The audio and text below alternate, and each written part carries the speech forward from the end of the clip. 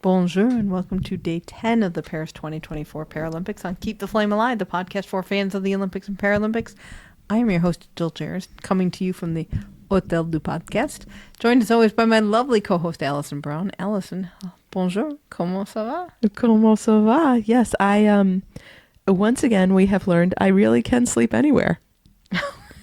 In Beijing, you were laughing on our flights because you kept turning around and I would just be asleep on the plane. Mm-hmm. I fell asleep in the airport. Mm-hmm. And I fell asleep at the desk. I fell asleep at the desk.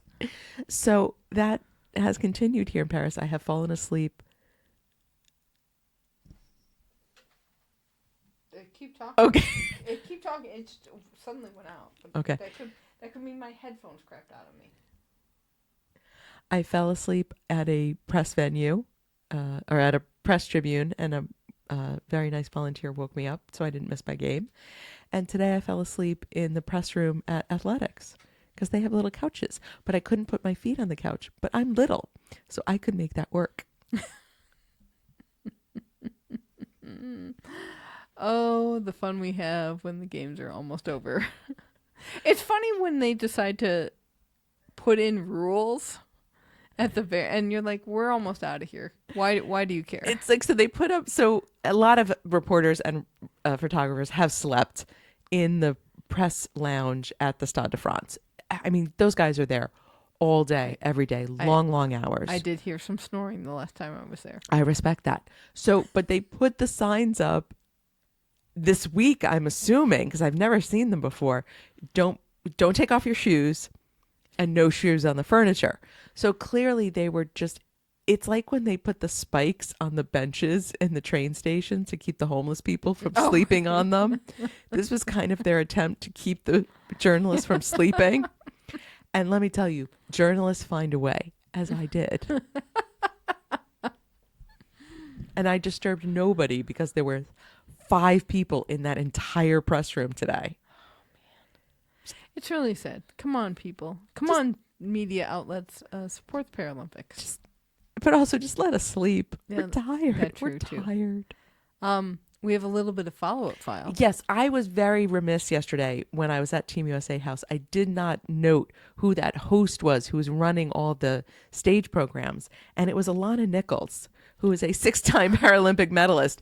Didn't recognize her and missed the first program, I think, when she probably introduced herself. So I apologize, Alana. You were fantastic. Let's begin the baguette. My cultural activity today involved going back to Monoprix. You love Monoprix. Monoprix, would you say it's like a very small Target? Yes. It's because it's in the city, and whatever you need, Monoprix has for you. Lovely pre-made salads, cold drinks, We have gotten a lot of batteries at Monoprix. We have. And we've now switched to recorder that I actually have the outlet for, the plug outlet for. So now we're not using any batteries and we have a plethora of them. So that when I say I will miss Monoprix, I mean it. They have a lovely little salad selection. Their baguettes, first grocery store baguettes, lovely. I had to stop at Monoprix this morning because I needed gum. Oh, okay. Whatever you need, it's at Monoprix. I'm trying to think of what cultural stuff I did. I ate a real meal today. Oh. I ate a big meal today. We had been to this American diner place that it's nothing like an American diner. I will say that there's no counter service. There's no nothing. It's not bright. I wouldn't call it an American diner. No, I would call it more like American pub food. Yeah. So I went in and I got the meal because it was time for meal, and they give you a starter and an entree and a dessert. And I don't know how anyone in France survives on this stuff, because it's so much food and it's so rich, and I don't know how much butter is involved. And I do love butter. I love butter and I love bread. And I can tell you that I'm tired of bread and butter. I could probably never eat another baguette sandwich with the meat to bread ratio that they have here, and I'd be okay with that. Yeah, so I had chips and guacamole, which I gotta say in the next couple of days I would love to go to a Mexican restaurant. Oh, Yeah, yes. we'll have to try to We'll do have that. to find a Mexique. I really want to try it and see what they call Mexican food. There is a Chipotle not that far from here, but we also are in a big college area, a big student area, so I'm sure there's plenty of Americans who know what Chipotle is and are grateful that they have like a little slice of home when life gets rough. It's right next to the McDonald's. That it is. But I had chips and guacamole. Guacamole good, chips not so much. And then I had a cheeseburger and fries. Their cheeseburger at that restaurant is quite good. I had that one night as well. It is very good. The fries are decent. A lot of food, and then on top of that, it was like what do you call that chocolate fondant thing? 'Cause I got that this time. Yes, that it's like a little chocolate lava cake. Really, Yeah, it's yeah, lovely. with the cream sauce that goes with it, and it just was like, oh my gosh, I've had so much to eat. Well, honestly, when was probably the last real meal you had was the last time you and I went out? Probably Like real meal, not for Monoprix. Yeah, and real meal, not the breakfast that we have here, which is lovely. It is lovely. I do appreciate it, but by golly, the pattern is you have breakfast in the hotel, you make a sandwich from the breakfast bar, put that in the little container that you have with you, and then shove in a pan au chocolat because you need a little treat later sometime. And a piece of fruit. Yes. And then that is lunch. And then you have stopped at the grocery store. Or for me, I stop at the grocery store that's open late. And I have cycled through all of their salads. And by salad, I mean a different form of legume or a pasta salad that's got a couple of slices of lettuce. See, you need to go to the Monoprix because the Monoprix has the crudité salad with some chicken and some hard-boiled egg. I don't like hard-boiled egg, though, so I feel bad in wasting it. Just give it to me. I'll eat your hard-boiled egg. We'll be fine. We'll be so happy. And you'll have your lettuce. But I did get the salad I got yesterday, which was... Oh, there was prosciutto was the protein. Nice. They call it bacon. And they had some lettuce, but it was mostly pasta and something else that was in the pasta family. But the pasta family. It's either pasta or it's not pasta. It was some sort of noodly thing, but there was also pasta involved. Like little, I don't know. But the cool thing was that it came with like a test tube of salad dressing. The test tube of salad dressing was intriguing. I was concerned, but also delighted that it came that way. All right. What volunteer job would you like to do today? So this morning I was at athletics, and I wanted to mention, because you got very excited about the wheelchair fencing, wheelchair fixers, that they have the same. Oh, yeah, they do. The staff. javelin thing is really involved. Yes. So there are 4 staff members and 1 supervisor who fix the wheelchairs for the seated javelin throwers. They wear gloves. But that's not the job I want. Oh. The job that I want are the yellow flag people. So the yellow flag people, I know you've seen red flags, you've seen white flags. That's right. These are the yellow flag people. So if you are going to run a track race in the final, the athletes come out and kind of set up their blocks and get a feel, and then they go to the back and they do the introductions, the fancy introductions. So the yellow flag people stand on the track and keep the athletes from running all the way down the track because they're only allowed to be in one section. And then as their warm-up time ends, the 2 yellow flag people with 2 yellow flags each move closer and closer to the blocks and herd the cats of the sprinters. That is very, very nice. Very nice. And today, a couple of the sprinters got a little chippy with the yellow flag people. They did not appreciate being herded. Oh la la. I decided at wheelchair fencing that because it was another day where they flagged the entire stadium, I would like to be the fan section decorators. Oh, nice. That would be nice. But then I went to sitting volleyball in the evening. Oh my gosh, the flag people were so in sync. The lines people, they have flags. They were so in sync tonight. It was like I understand that kind of in syncness that you have with your little team, and it's awesome. I also have to say, we forgot to say in the beginning, the baguette, Kelju is done. I know we watched the last Canoe tonight, and they were all thanking each other and thanking all the athletes and thanking the chicken head people Mm-hmm. and the audience. So I'm glad we caught it tonight. We almost didn't because we got distracted with some other things. Right. And then you said, "Oh, Canoe," and we popped it on. So And thank goodness, because we didn't know. We thought maybe it would be on tomorrow night, and apparently probably not. But Kelju has been a great, fun wrap-up show for the French people, I would say. They come on. Most of the guests have won medals that day, and they're French.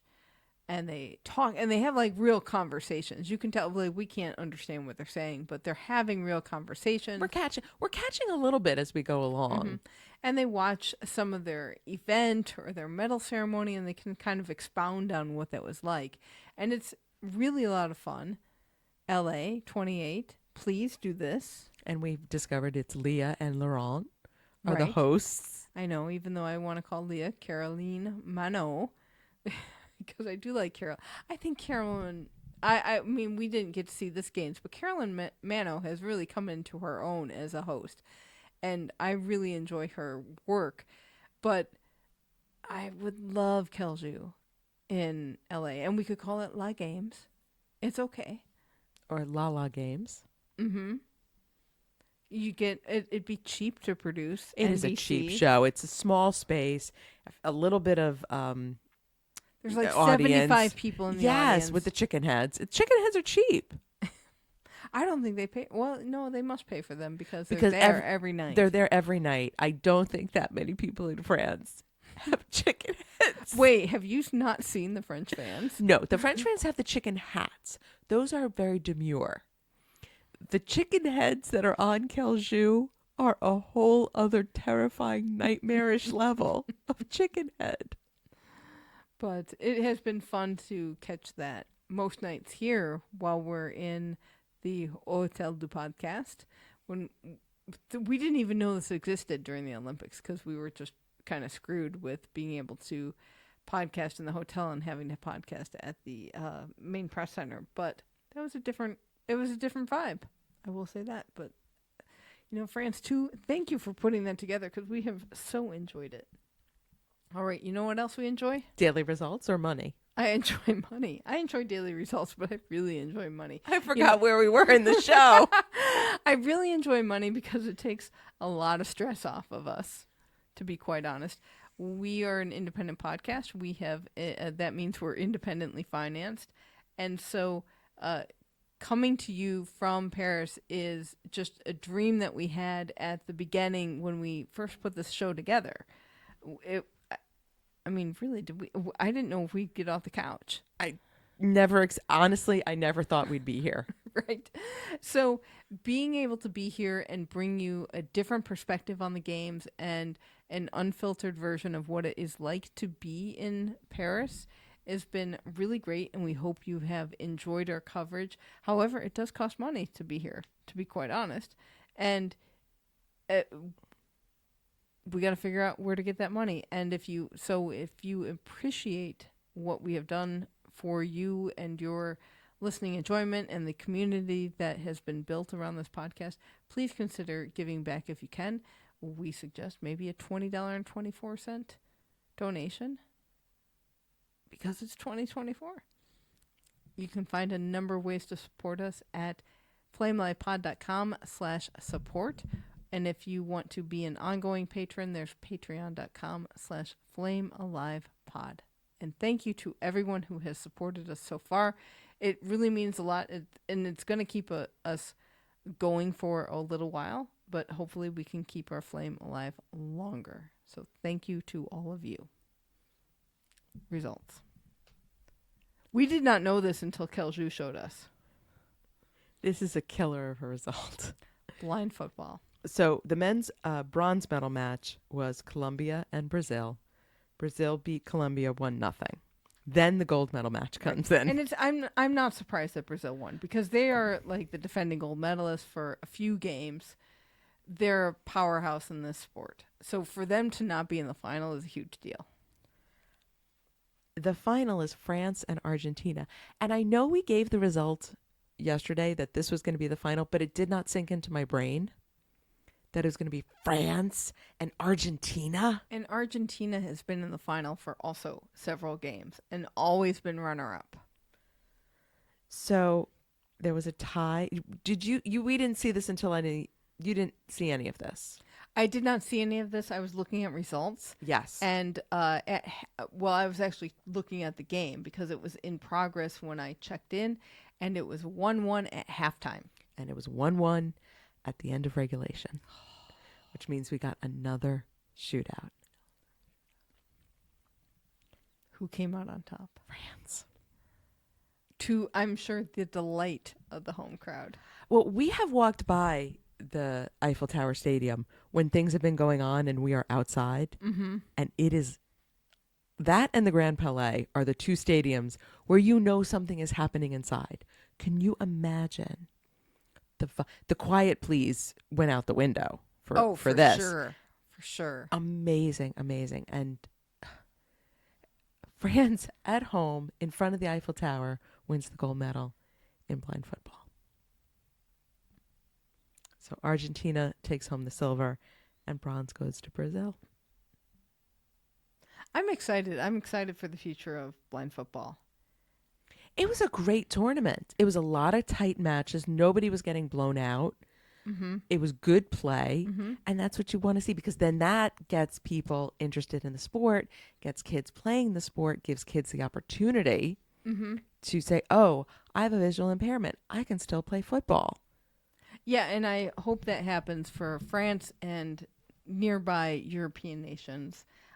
We have talked with Molly Quinn from USA Blind Sports. Yeah, USABS. And because we're hosting the games next time, we get a buy into football. So we have to develop a football team. From nothing. From nothing. So it's interesting to see how the games being placed where they're placed helps develop the sport around the world, which is really good because, by golly, there should be more nations playing like Brazil and Argentina because their ball handling is amazing. Para-athletics, you were there. I went this morning, and Book Club Claire will be happy to know that I don't dislike going to athletics. I just like being hot. So I did go to a couple of sessions of athletics and Olympics, and I really disliked it. I was uncomfortable. I don't want to say I was bored, but I was bored. I was distracted. No, I was just hot.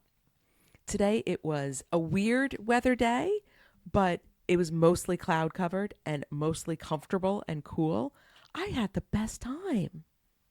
Yay.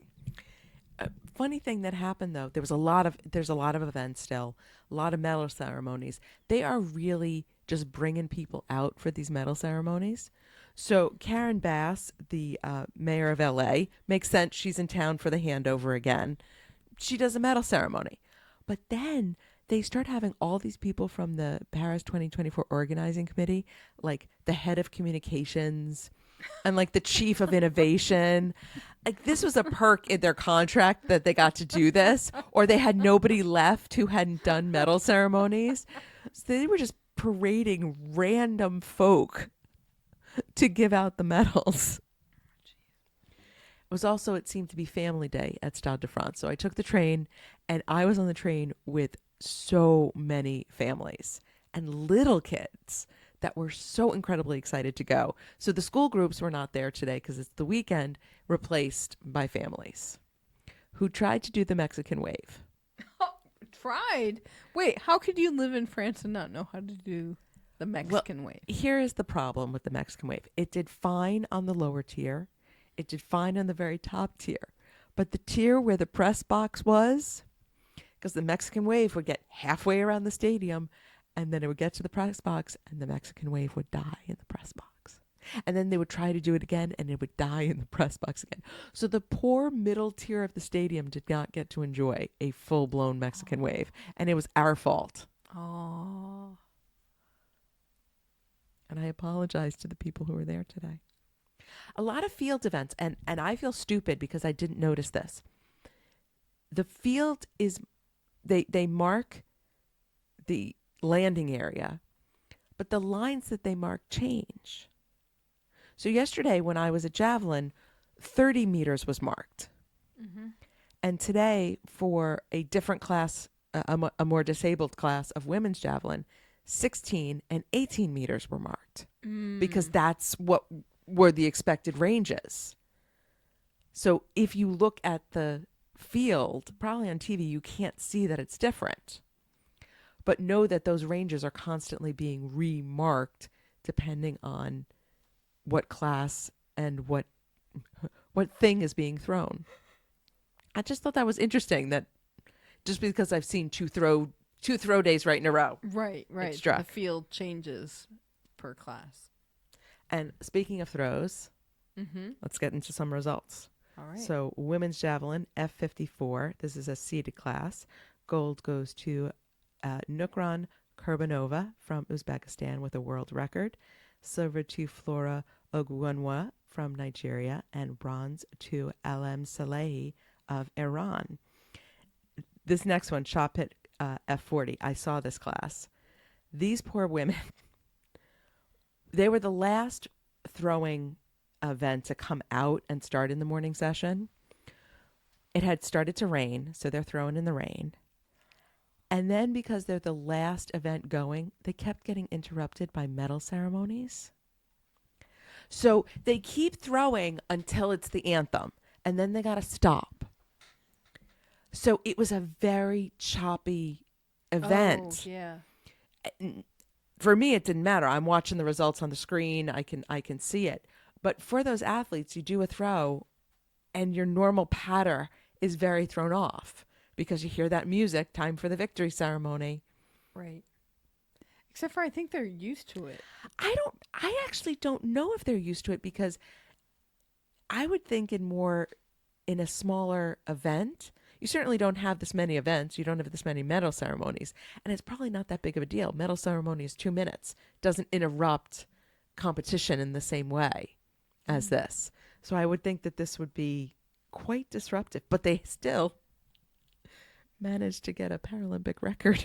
Wow. Out of the gold medalist. So who got So that? gold to Lara Bars from Netherlands.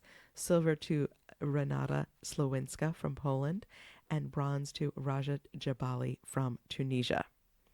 In Tokyo, Slowinska had won gold and Bars was bronze. Oh, so nice that they've come back and gotten different results. In men's shot put, F34, gold goes to Mauricio Valencia from Colombia. Silver to Azzedine Nouri from Morocco. Bronze to Ahmed Hindi from Jordan.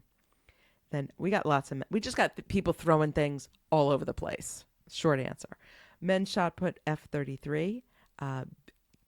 Kai Bing Chen got a world record from China and the gold medal.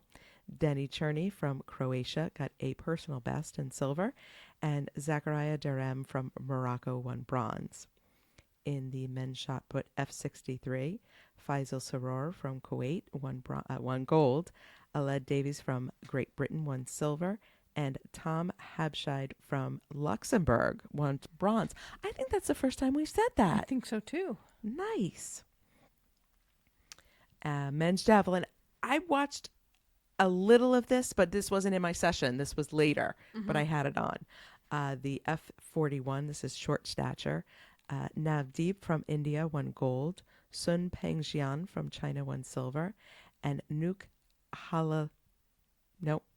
Halalawi from Wadan from Iraq won bronze. Now we get into some jumps. I got to see the T13, which is a visually impaired class. Jumping when you're there is very hard to see because it's on the other side of the stadium. Right. So you had to sit by a screen. I had to sit by a screen and watch it on the screen. but you always knew somebody was jumping because these jumpers really surprisingly liked the noise, Oh.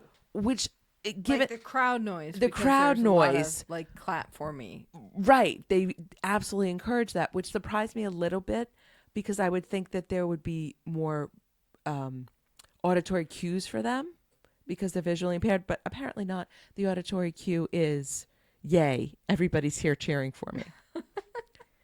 So gold goes to Orkan Aslanov from Azerbaijan, silver to Isaac John Paul from the U.S., and Brazil won the bronze. It's Paulo Henrique Andrade dos Reis. 6 of the 8 finalists had personal bests. Wow. I mean, it's season's best. Wow.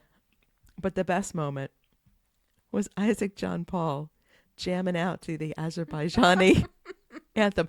And I have to say, the Azerbaijani anthem, kind of catchy. Nice. Okay. Dancing on the podium.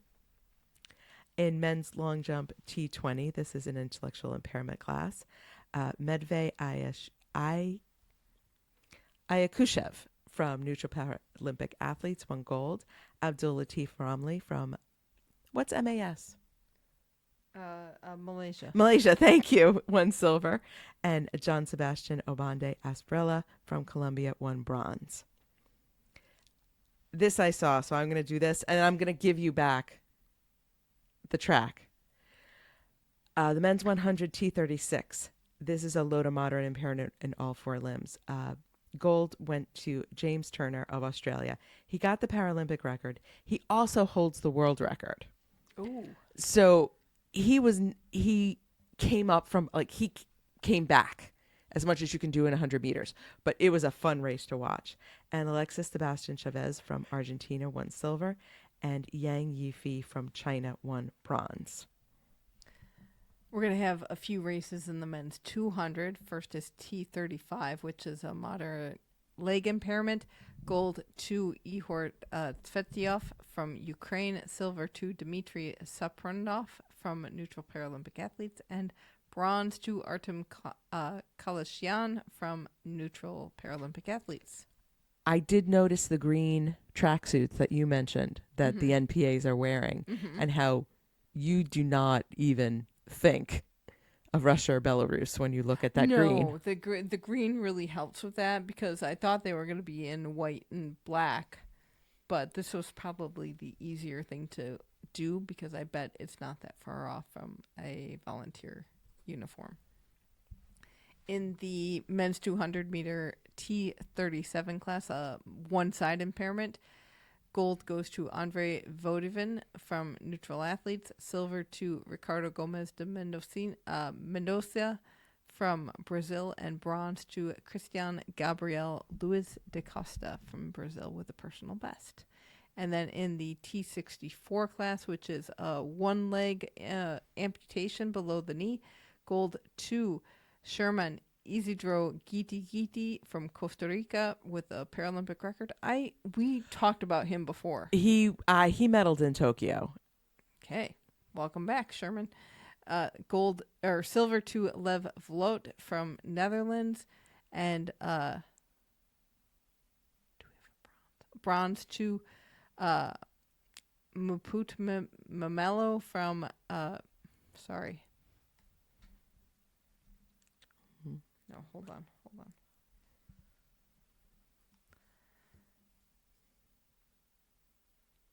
Pumelo Malongo from South Africa, who set a world record for the T44 class. We have one men's 400 meter race, a T47, which is an arm impairment class.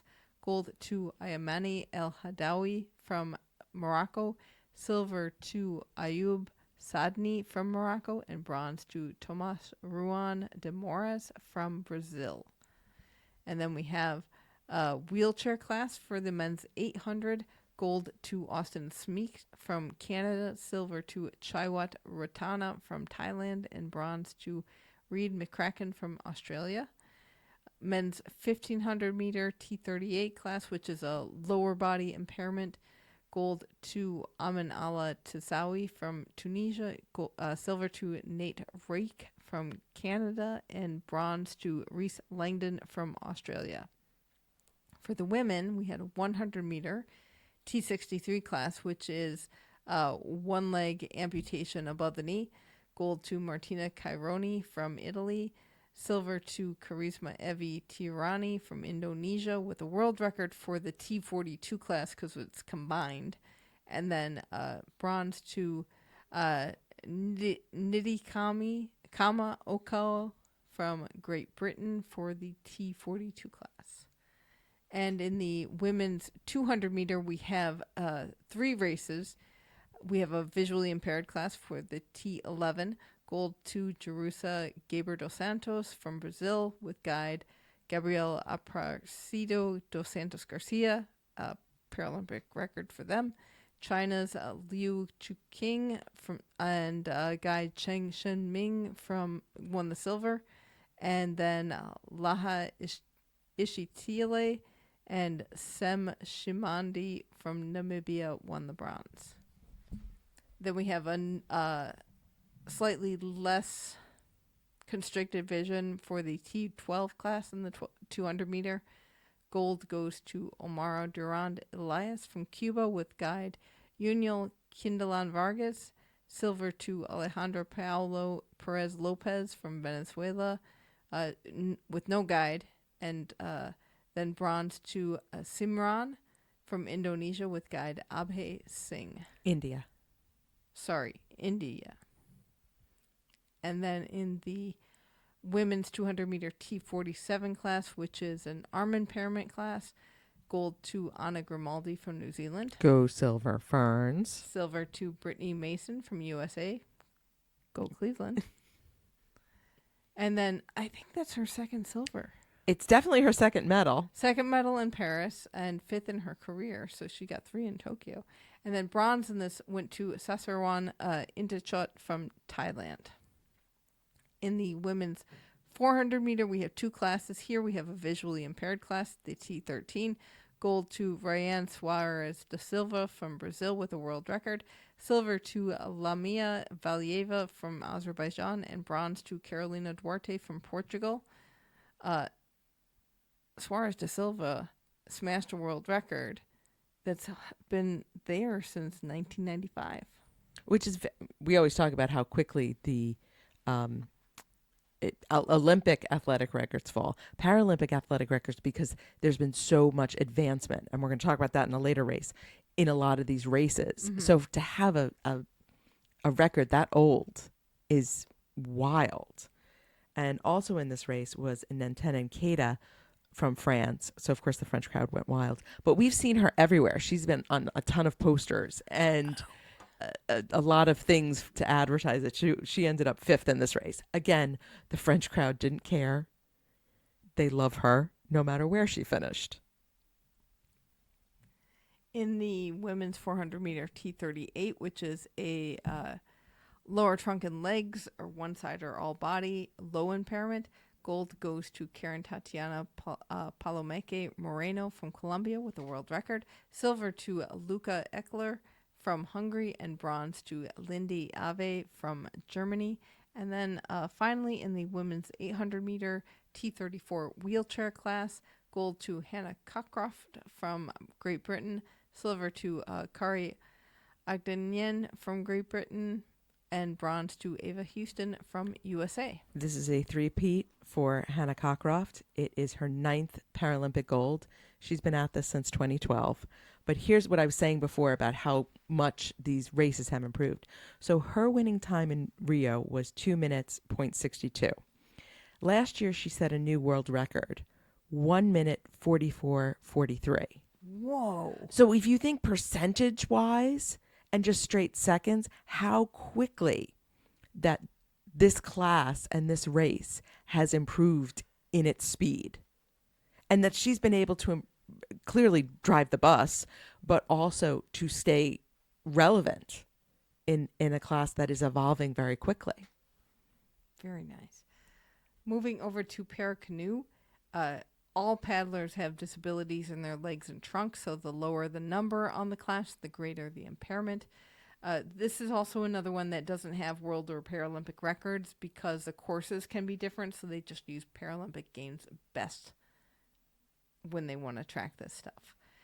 In the men's kayak single 200-meter KL1, gold goes to Peter Kiss from Hungary with a Paralympic Games best. Silver to Luis Carlos Cardosa from Brazil, and bronze to Remy Boll from France. In the same distance, KL2 for the men, gold goes to Curtis McGrath from Australia, silver to David Philipson from Great Britain, and bronze to Mikolos Ionik from Ukraine. Curtis McGrath won his 4th Paralympic gold. You cannot beat him in the kayak. Goodness. Incredible. In the KL3 class for the same race, gold goes to Bram Gwendos from Algeria, silver to Dylan Little-Hollis from Australia, and bronze to Michaelis Elias Rodriguez from Brazil. And then we had the VA started up. The VA is... it's an outrigger with an extra pontoon. Right, for balance. So we had the women's VAS single 200-meter VL3 class. Gold VL2.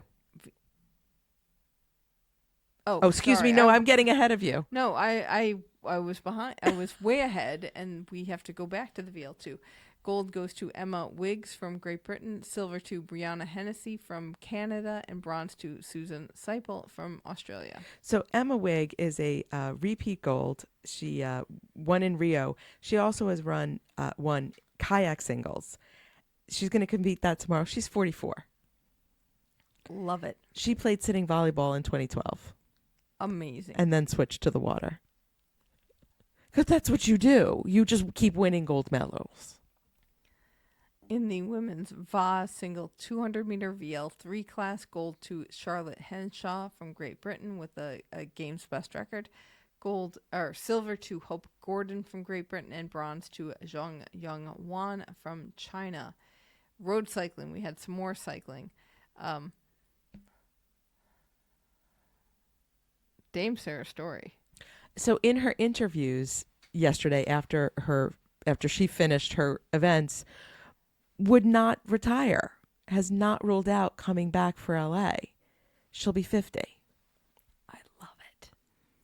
Old ladies unite. Not that we could ever ride as fast as Dame Sarah, I but definitely can't ride as fast as her, but still, I'm there for this. yeah. It's great. So we have multiple classes on the bike. If we have a C class, it's a bicycle. If we have a T class, it's a 3-wheel cycle. And H class is a hand cycle. The lower the number here, the greater the level of disability. So we had men's C1 through 3 road races here.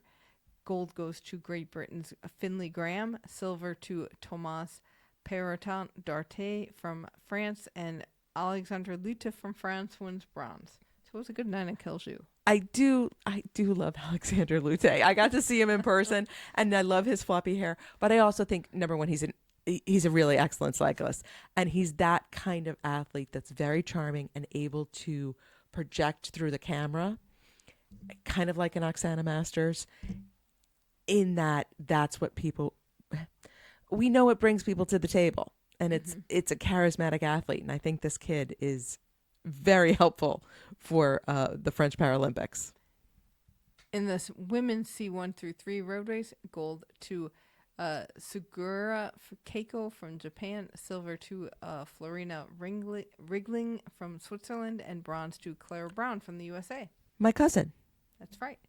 Men's T1 and 2 road race class, gold to Chen Jianjin from China, silver to Dennis Connors from Shuklastan, also USA, but Shuklastan, and then bronze to Juan Jose Betancourt Quiroga from Colombia. In the women's T1 and 2 road race class, gold to Emma Lund from Denmark, silver to Celine Ventil from Switzerland, and bronze to Marika van Soest from Netherlands. And then finally we had a mixed H1 through 5 team relay, gold to France, silver to Italy, and bronze to the USA. It was reported that Oksana Masters was on this team and got a medal, and it came out in a press release, and then I saw it kind of filtering around. That's not true. She wasn't on this team. Oh, it's a bad day for somebody who's writing press releases. So if you saw that, Oksana did not get another medal. She'll just have to settle with her 2 golds. Hard. Para Equestrian. So it's all individual freestyle events today. So you had to qualify for this sort of second step in the individual event earlier in the week. Classes 1 through 5. And as the numbers get higher, the complexity of what the horse can do and what the rider can do with the horse increases. And I do say, I wish the scheduling was different because the freestyle event, I believe they do music that they get to choose. Yes. And so it's a whole set routine for you and your horse. And there's nothing more than I like to see about choreography. It's ice dancing with horses. And, before the Olympics and before the Paralympics, I talked a lot about just like I wanted to go camp out at Versailles. But the problem is that I would have had to camp out at Versailles. I never got out there for an event. I got out there and visited when I did my tourist time, but I never got to Equestrian. Which is tough. I mean, there's only 2 of us, and there's 5 million events, and our TKFLASTANI was an alternate, so that made Equestrian get a little lower priority, to be quite honest. And it's tough. It's a long. Whenever I see these long commutes, my brain just kind of blocks up. It's all yes, and then it also keeps you spend the whole day on the train and you see one event. Today I went to 3 because I went to things that were close together. I saw 2 TKFLASTANIs and 3 events.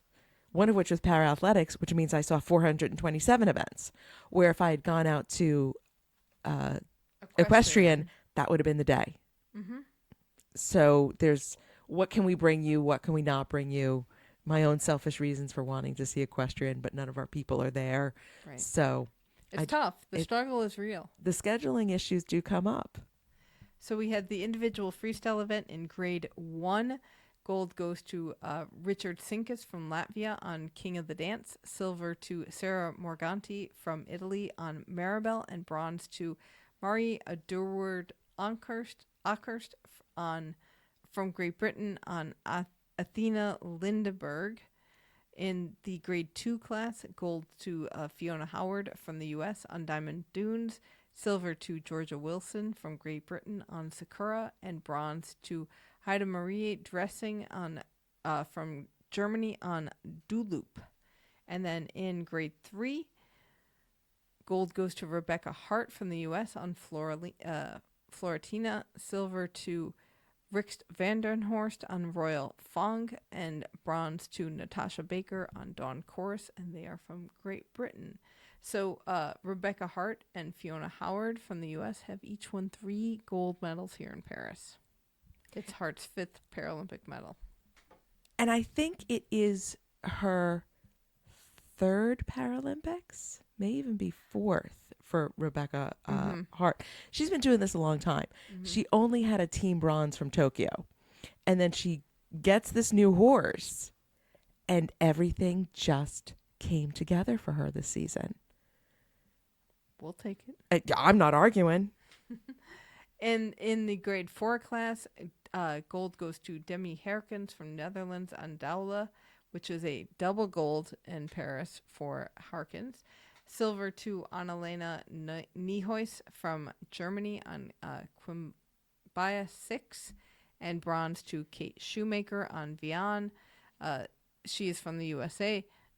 Also had spine surgery in November 2023. Yeah, she had an she hurt herself lifting something into a truck and had a herniated disc, and then they got in there and they found a mess. Is basically the article I read gets into all the medical terminology, which I am interpreting for you as it was a mess in there. And here she is less than a year later and on the podium. Little fun fact for me, she's an equine veterinarian. Very cool. So I'm like, yeah, horse whisperer. And then finally in grade 5, gold goes to Michaela George from Belgium on Best of 8. Silver to Regina Mispelkamp from Germany on Highlanders Delights. And bronze to Sophie Wells from Great Britain on LGT. Egeberger Samoa. I was so excited when I put these results in, and I knew you were going to have to say that horse's name again. Thank you. And what confused me as I was putting these results in is this is the exact podium from the individual event. Gold, silver, bronze, the same. Yeah. So you read it exactly the same. Oh, did I? Well, that's I guess good. I don't know. I'd like to know the horse's name of origin. I'd like to know how to properly pronounce that because there are so many letters there that aren't supposed to go together. Please use it in a sentence. Moving on. What does it rhyme with? Moving on to para judo. Again, we have J1 and J2 classes. The J1 is more impaired visually than J2. In the men's up to 90 kilograms, J1, gold to Arthur Cavalcante de Silva from Brazil, silver to Daniel Powell from Great Britain, and bronzes to Cyril Jonard from France and Oleg Kritul from Moldova. So Daniel Powell, the silver medalist, popped his rib in the semifinals. And when you say popped his rib, that doesn't sound like, ooh, I popped a rib. I breathed a little funny. No, it sounds like it really hurt for a long time. And he came back and got the silver. He was at London 2012. And then he also came back for Tokyo. It had never placed higher than 7th before. After Tokyo, he decided to take up rowing.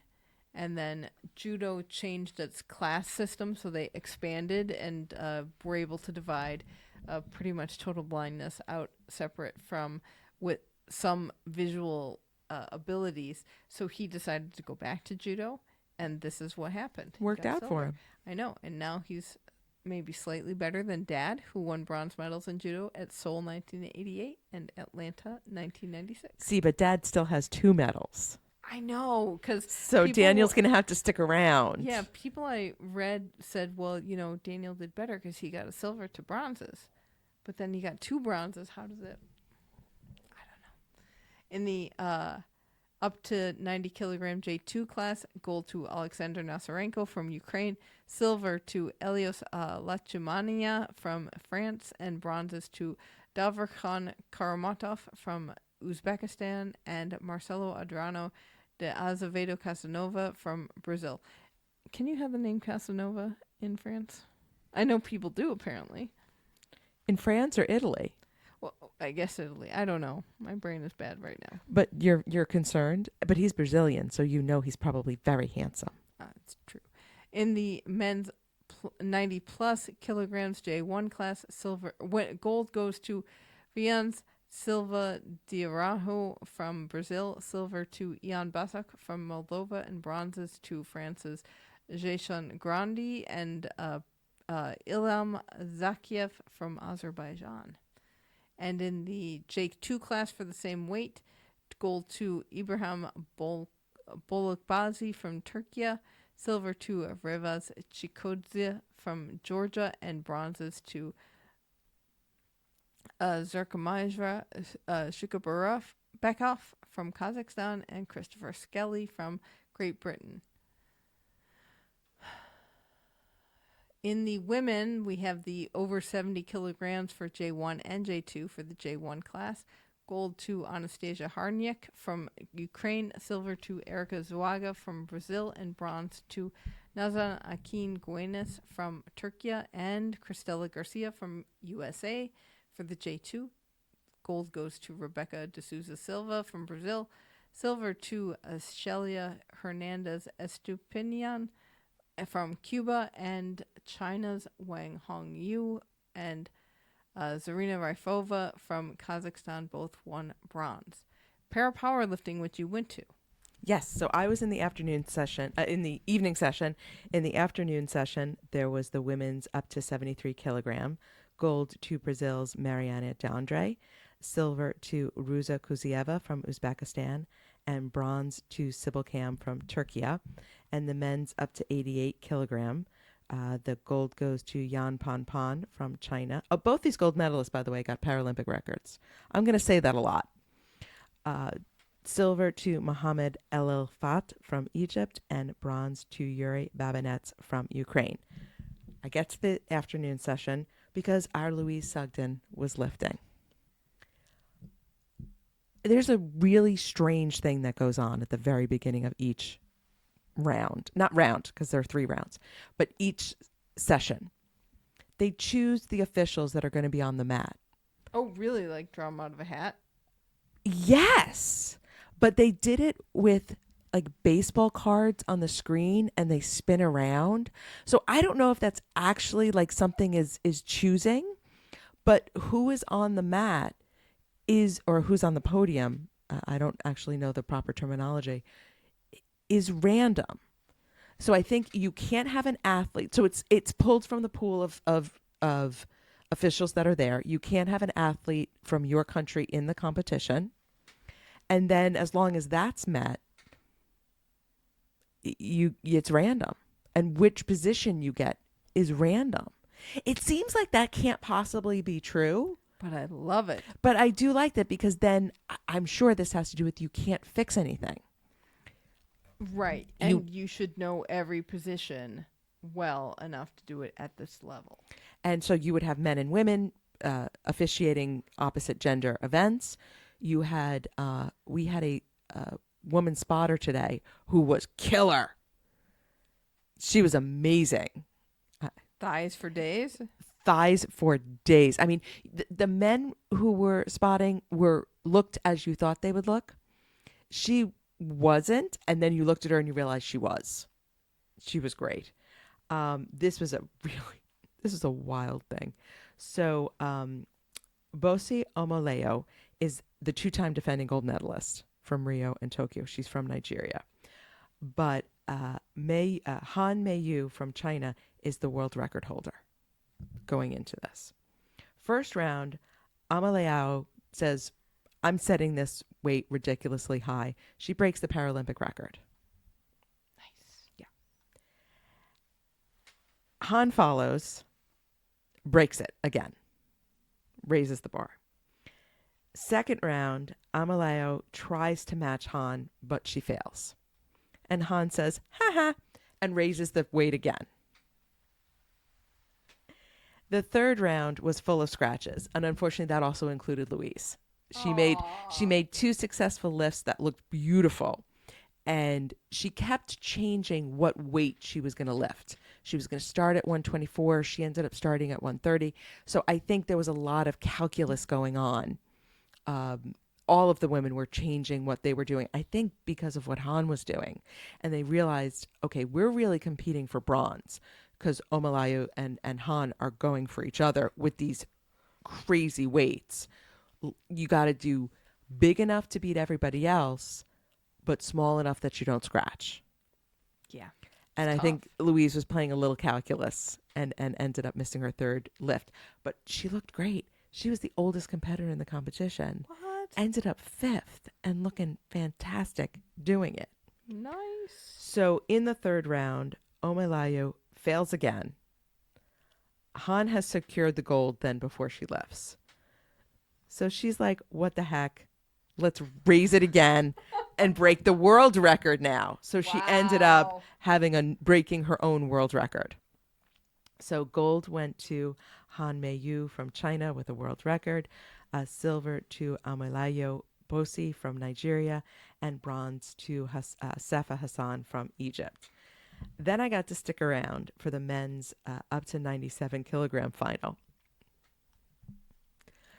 Jill, the Jordanian Abdelkarim Mohammed Ahmed Khattab, is a monster. This man will lift anything. I think he walks around and just was like, would you like me to lift that?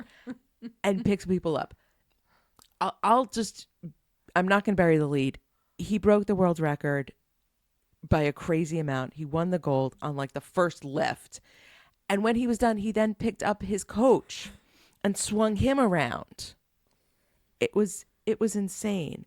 So in the first round, he sets the new Paralympic record, breaks it by 10 kilograms. What? In the second round. What? He went. That's a lot of weight. In the third round, he breaks it by another 10 kilograms. So he goes from 250 to 260 to 270. This is insane. This must have been amazing thing to watch. Because you see the weight coming up, because on the screen it tells you what the competitors are going to do in the next round, and the number would come up and everyone would notice it and just react to it. The oldest competitor in the field, Fabio Torres, he was 48. Wow, nice. He didn't do so bad himself.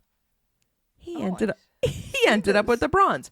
But before I get to the final results, I found out this new rule about para powerlifting. If the medals are decided, you can have a fourth lift to break a record so that it's official. They call it the power lift. Oh, does it come with sound? It does not come with Oh. sound. But the walk-up sound, the walk-up song for these guys. Somebody loves their 80s medal, and it was fantastic. So good. So he decides he's going to try to add another 10 kilograms and go for 280. But here's the thing. He only gets 3 minutes between his last lift and that lift. That is a lot to recover from. Right. So between each lift, it's a whole round. So you've got 8 other lifters. So you have a long time to recover. No, this is 3 minutes. He goes for it. He does not get it. Nobody in that stadium cared.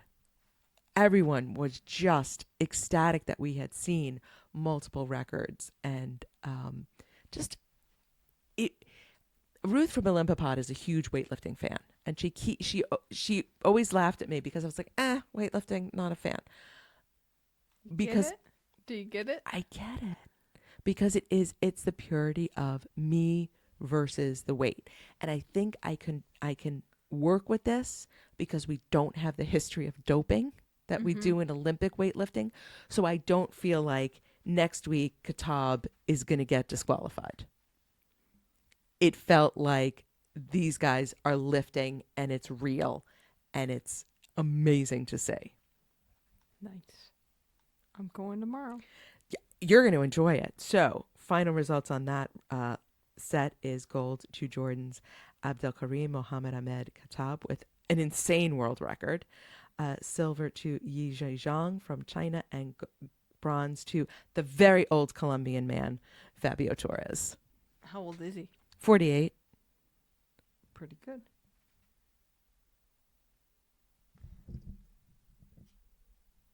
I have to go to the bathroom. I know I get restless legs, but My hand is falling asleep, so.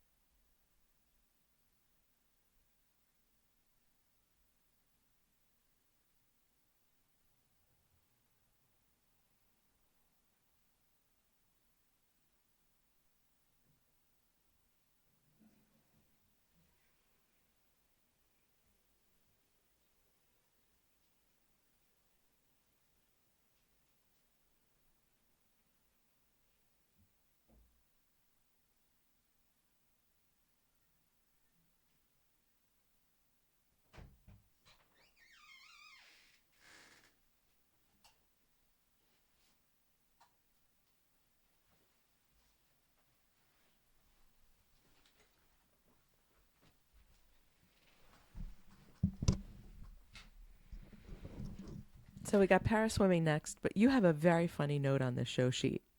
I totally forgot to tell you about the scuba camera. So, of course, I got delayed in getting out of swimming last night, which meant I was talking to a whole bunch of volunteers, and then of course I looked at the pool, and there's somebody in a scuba uniform, scuba gear, In the pool. in the pool. I'm like, what is that person doing?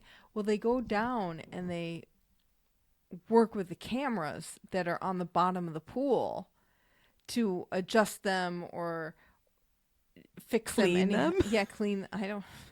Do you clean a camera that's in chlorine? I don't know, but I thought it was really interesting that somebody has to get into full scuba gear to work on these cameras and make Well, sure they're good to go. He's got to stay down there for a while. It's not like Probably. the guy who retrieves the swimming caps.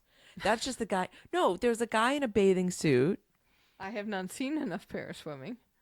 Well, this was in Olympic swimming. Oh, really? And if a cap pops off or if somebody's goggles, or if there's something untoward in the pool, he just dives in and scoops it out. Kind of like the water polo ball fetchers. Yes, exactly. Okay. They may have cross trained. Interesting.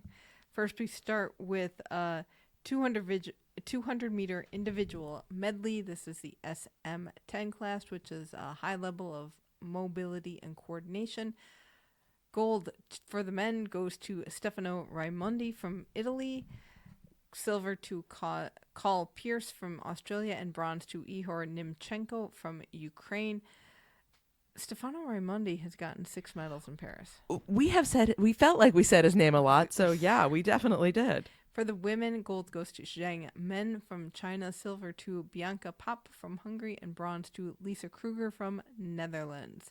For the S5 class, which is a moderate level of affection and coordination, gold for the 200 meter IM women to China Heng Shengao, silver to China's Lu Dong, and bronze to China's Zheng Xiao. I believe this is China swim podium sweep 5. They really brought it with the swimmers. Are we surprised? Not really.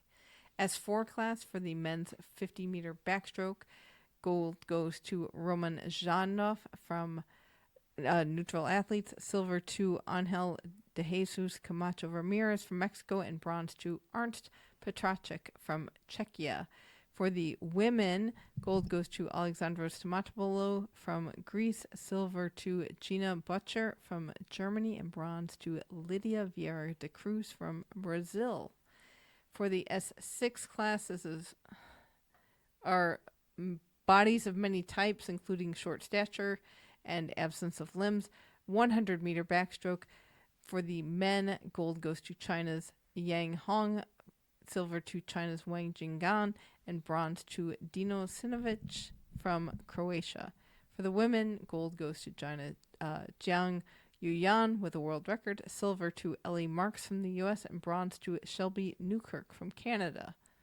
So Ellie Marks ends up with 5 silver medals in Paris, and Jiang Yuyan has 7 gold medals.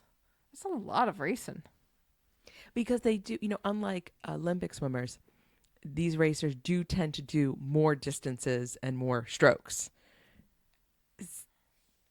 But still, 7 gold medals. I don't care how many races you're in. That is a lot. S7 is another mixed mobility class. So, men's 50 meter butterfly.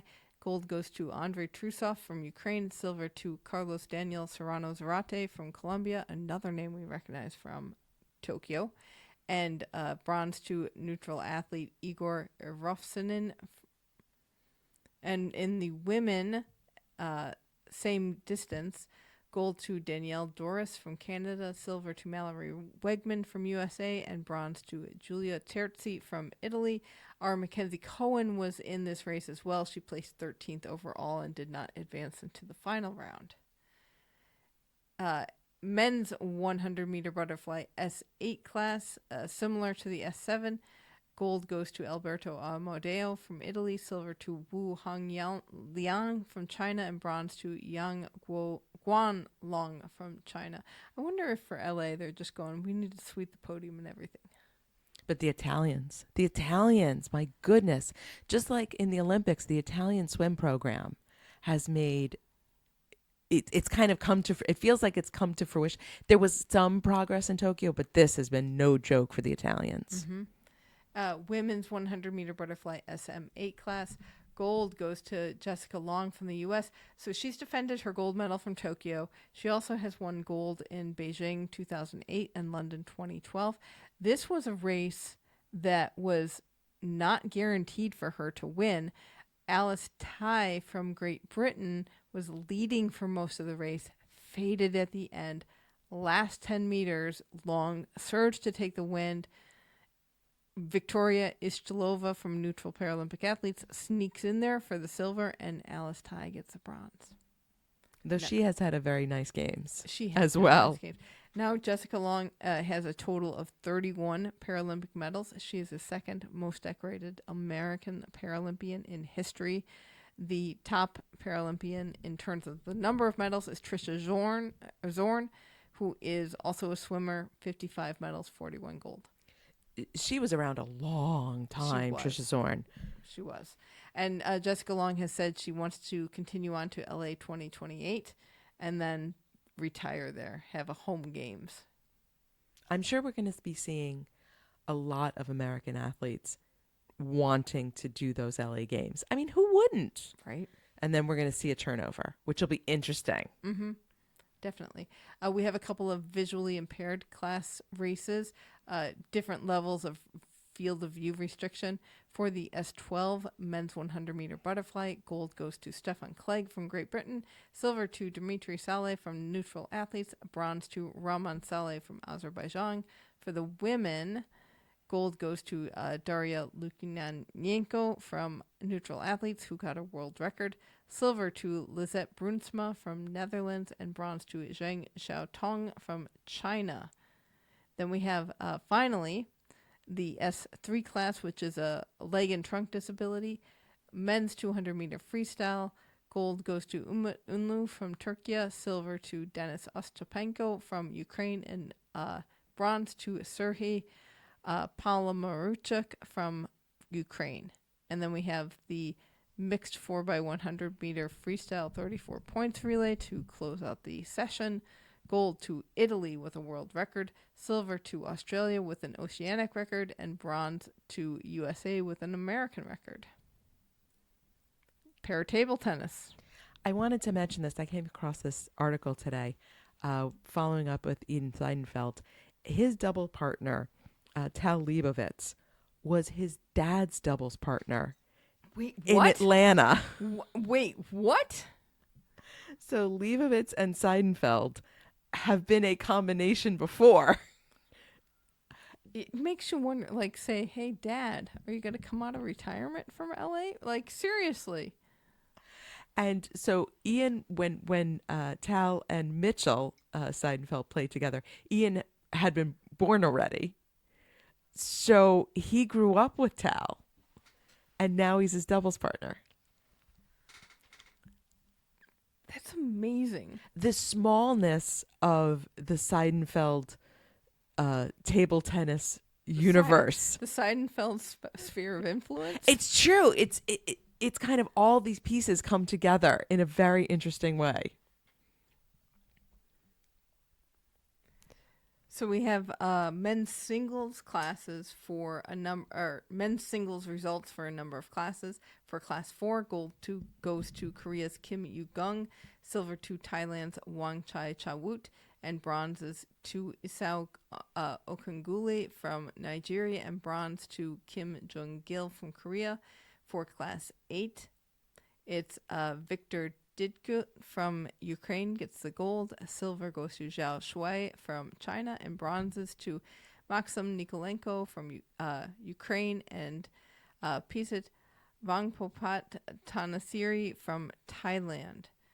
Class 9, gold goes to Laurence Devos from Belgium. Silver to Lucas Didier from France. Bronzes to Ander Chepas from Spain, and Ma Lin from Australia. For the women, we have class 4.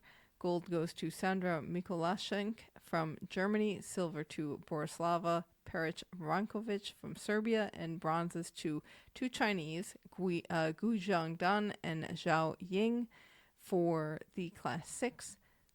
Gold goes to Najla Yeni from Iraq. Silver to Marina Livtichenko from Ukraine. Bronzes to neutral athletes Malayak Alieva and Romania's Camelia Sirapan. And then in Class 8, we have Huang Wenjian from China wins gold. Ida Husik Dahlen from Norway is silver. Florencia Perez from Chile wins bronze, along with Juliana Wolf from Germany. And finally, Class 9, Kim Jong-gil from Korea wins gold. Isa Okungoli from Nigeria wins silver. Relation? Maybe. And then Australia's Lee Na wins bronze, along with Alexa Svitikas from Hungary. Sitting volleyball. I went to the gold medal match. Bronze medal match, Canada beats Brazil 3-0. Gold medal match is a repeat of Tokyo 2020. I believe also Rio 2016. This is China versus USA is the match to watch and the match to beat. China beat USA in the pools, if we recall. This time, USA beat China 3-1. This was an amazing game. And it was very different from the first China-USA game that I saw, because in that one, there were clear momentum shifts.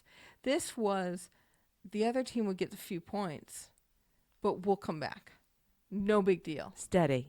It was, everyone was steady, both sides. It was so close. Lots of USA supporters in the crowd. A couple people from France who brought their flags because they were just French and they didn't know. Allez les Bleus, it doesn't matter who's playing.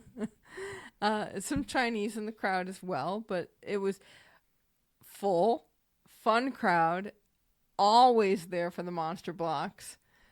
Chuck Aoki there on the sidelines. He does love City.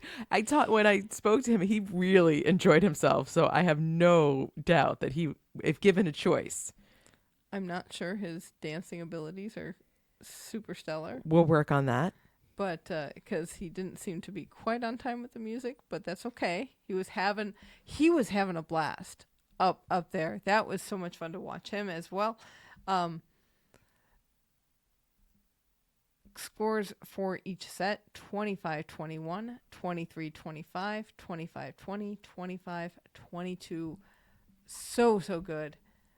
Except for the fact that they did the Macarena between sets 2 and 3. This is the first time the Macarena has come out for me. It's true. We've seen a lot of karaoke and songs that we don't know, but clearly the whole audience knows. Macarena is a new one. Breaking it out at the end there. I know. And then they put on the crowd cam and people kept messing up the Macarena, which I don't blame them. Honestly, anyone under 40 has no idea what they're doing. Hopefully. Unless they go to a lot of weddings.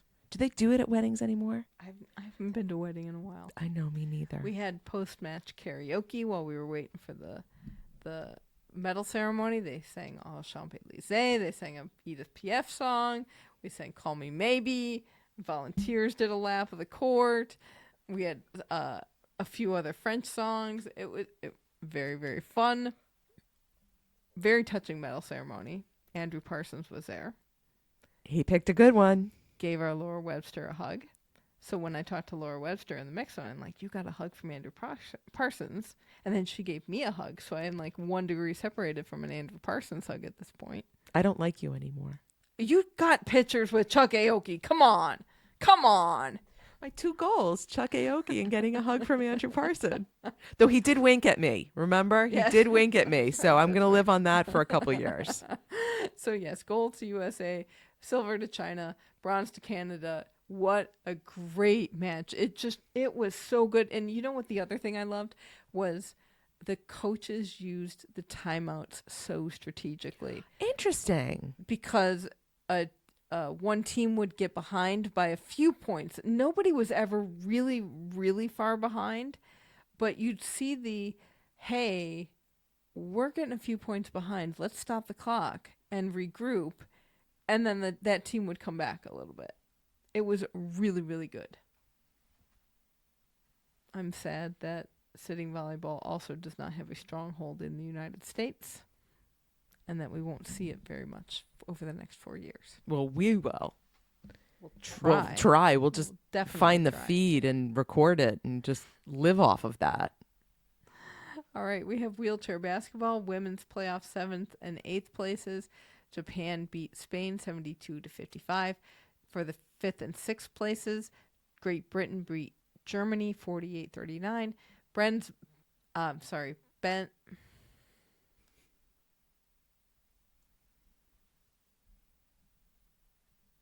Men's bronze medal match, Germany beat Canada 75-62, and you were at the gold medal match. I was at the gold medal match. Finally got to see Brian Bell. What a spectacular player. He gets on that court and you never have to worry again. So solid, so calm, in control. His mastery of what's happening around him was so surprising to me in a way, but it shouldn't have been. True. He knew what he was doing, and everybody knew what he was doing in terms of when Brian's on the court, we do what Brian tells us to do, and he's going to make us win. And guess what? They won? They did win. The United States was ahead of Great Britain the whole game, but never by enough that it was out of reach. Oh, really? With less than a minute, I even want to say less than 30 seconds, Great Britain scored a 3-pointer, and the game was by 3.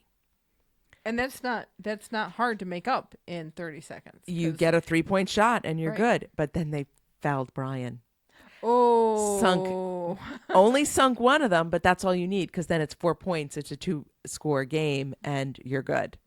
So it was a calmer game than I expected it to be. There wasn't, that I could tell. Steve Serio did foul out. Towards the end of the game. That was a surprise to me. But it didn't seem chippy. It seemed like, oh, those are strategic fouls. They're not sloppy fouls. Gotta love a good medal ceremony, though. You do, right? I had a couple of guys I was talking with in the mix zone. We were waiting for the volleyball players to come through. And one said, oh, they went to swimming and track and they were really done with medal ceremonies, and I didn't need to pop up and go, you cannot give me enough medal ceremonies. You don't need that kind of negativity in your Paralympics. I don't. Thank you. I I understand there's a lot of sport going on and you may see the same race multiple times, but I could totally go with multiple medal ceremonies. And you love the music too. I love the music because I do remember us playing it on the show. And we were skeptical. We were very skeptical because it was just weird. But when you put it with the visual and the actions that the athletes have to take, perfect. I want to mention, hold that thought. This is a 3-peat for the U.S. This is 3 golds in a row. Not anything to shake a stick at. This is the first silver for Great Britain. They've been sort of drowning in bronzes. So this was to get out of that semifinal round was a big step for them. Very nice. Very nice. And about the music, I'm wondering, do they reveal too much beforehand? They're trying to build it, right? They're trying to build the excitement and the interest and let's show the poster, let's show the medals, let's show the podium. Let's play the music. Maybe let's leave some things to surprise. Maybe, but I'll still take an MP3 of that music any day. I'm just going to find you sitting there at your desk and I'm going to be singing that Freed from Desire song. Oh, I can't wait to get that out of my head. Oh, that's pretty awful. Wheelchair fencing, we had epee team competition today for both men and women. I did go to the beginning of this because USA was competing, which meant our Ellen Geddes was competing as well. For the women, They lost in the opening round of 16 to Hong Kong, 36-45. It's always fun to kind of follow along, and you see yellow cards and red cards. And I saw one to USA's Victoria Isaacson and went, what is that? Lifting, because they can't lift both of their butt cheeks out. I will say they had 10 matches going on at the same time. They had, first of all, how did they fit 10 in that space? the wheelchair doesn't take up that much room. It takes up half of the space, if that, maybe a third of the space of a regular fencing strip. So how they had 5 strips going potentially for stand-up fencing, they can have 2 per 1 strip there. That is very tough. I had a hard time watching and concentrating on what to look for. Because you're a good Again. distance away. And Yes. so within your visual field is all of the playing area. So that may be one of those situations where watching it on television is better. Because if they watch what you want to watch. Right, if they're showing, and if they even show it, because we know we've had that problem with wheelchair fencing before. But just getting that narrowed field of vision so that you're only looking at one match at a time. But man, yeah, 10, that's hard. I mean, I had a lot of trouble when it was 4. Right, and the strips are color-coded, and each color, all of the fencers' bags are put into that color bag. So they don't have their individual bags anymore. Their weapons and things go into a color-coded fencing bag that matches the strip that they're on. So there was yellow and purple and blue So and they had red 10 and green. colors going. No, they had 5 because there were 2 per colored strip. Oh. Remember, so they had like it looked like a bracket. Oh, got it. You know what I mean? So the whole setup looked like a bracket, and they had 2 per line on the bracket. For the I have one more thing to say, and let's blame producer Ben, because I was talking with him and he goes, "Hey, have you checked out the refs' uniforms?" And the answer is, of course, because Jill always checks out the refs' uniforms. Well, I hadn't checked out these But refs' then you did. No, because I hadn't really been to wheelchair fencing too much. And in Olympic fencing, they're very nice. They wear suits in fencing. Everybody looks just so. Yes. In wheelchair fencing, they're wearing navy suits with usually black pants. And the blazers are ill-fitting, so to speak. It's kind of like they went to the country club wearing, a t-shirt, and the maitre d' says, "Won't you be more comfortable in this?" And that's what It breaks out the sport coat from the closet. Yes, exactly. So not to harsh on the wheelchair fencer referee and Judge Groove. But you need a better tailor? I think they need Swedish pockets. I don't even know what Swedish pockets are. We have still not investigated the official fencing uniform of the officials that require Swedish pockets. That's weightlifting. Oh, it's weightlifting was the Swedish pockets. Yes, exactly. But in the women's epee team, gold went to China, silver to Ukraine, bronze to Thailand. In the men's epee, gold to China, silver to Iraq, and bronze to Great Britain. That is an interesting mix there. They also had France was going on for a while, for the women at least. Allez les Bleus. Allez l'équipe. Oh, nice. Go team. Wheelchair tennis rounds out the day. Yes. So we had the men's singles finishing up. This was some wild events. So in the bronze medal match, Gustavo Fernandez from Argentina beat Martin de la Puente from Spain 6-1, 6-2. Then you get to the gold medal match with my beloved Alfie Hewitt, who has not won the men's singles at the Paralympics. No, so he is trying to get a golden slam. Yes. Career golden slam. He still does not have a golden slam because Oda Takito from Japan beat him 2-6, 6-4, 5-7. In the final set, Hewitt was up 5-3. Yes, this was just wild to read. Didn't have, missed a shot, and then that was all it took for Oda Yeah, he was to really turn close it to around. really close to Victory Hewitt. Well, one of the things that I noticed seeing in him in person, beside him being a yeller and a talker and a grunter, it's all out there, which is one of the reasons I enjoyed watching him on television, because you could see it. He's an emotional player, and I think he's a momentum player. So I could see a shot getting in his head and throwing that off. So gold goes to Oda Takito from Japan, who is 18, the youngest wheelchair men's singles Paralympic champion ever. That is amazing. And what an amazing tournament for Japan. All these upsets left and right, and they were not fooling around when they showed up with their wheelchairs and their tennis rackets. Exactly.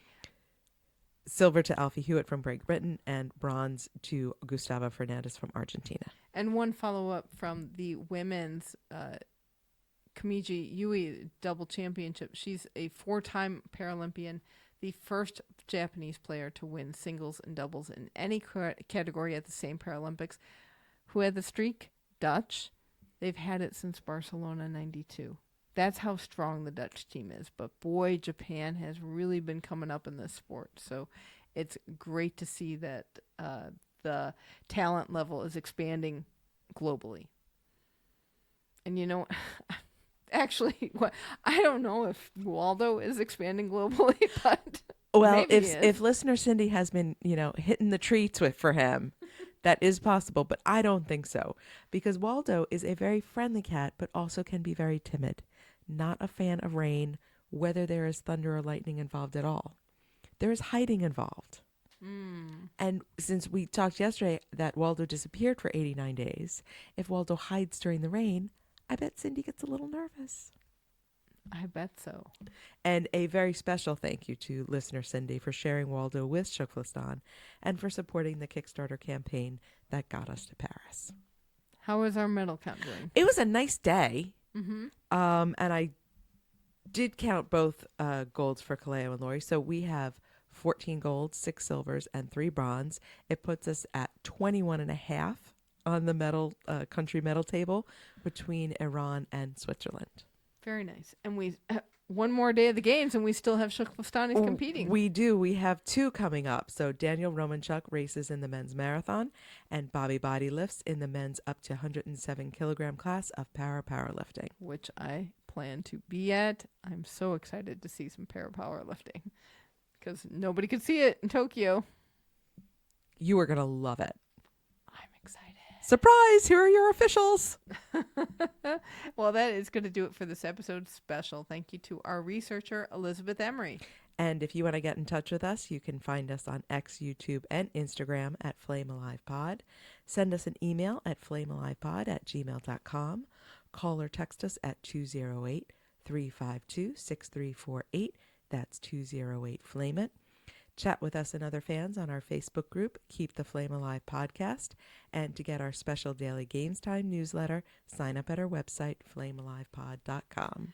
After this, there will be mixed zone tape from Ellen Geddes and Laura Webster. So be on the lookout for that. Join us again tomorrow for one more day from Paris. Just one more day. Please don't forget to tell a friend about the show and hang out with us in the Facebook group. Thank you so much for listening. And until tomorrow, keep the flame alive. Or just in a few hours.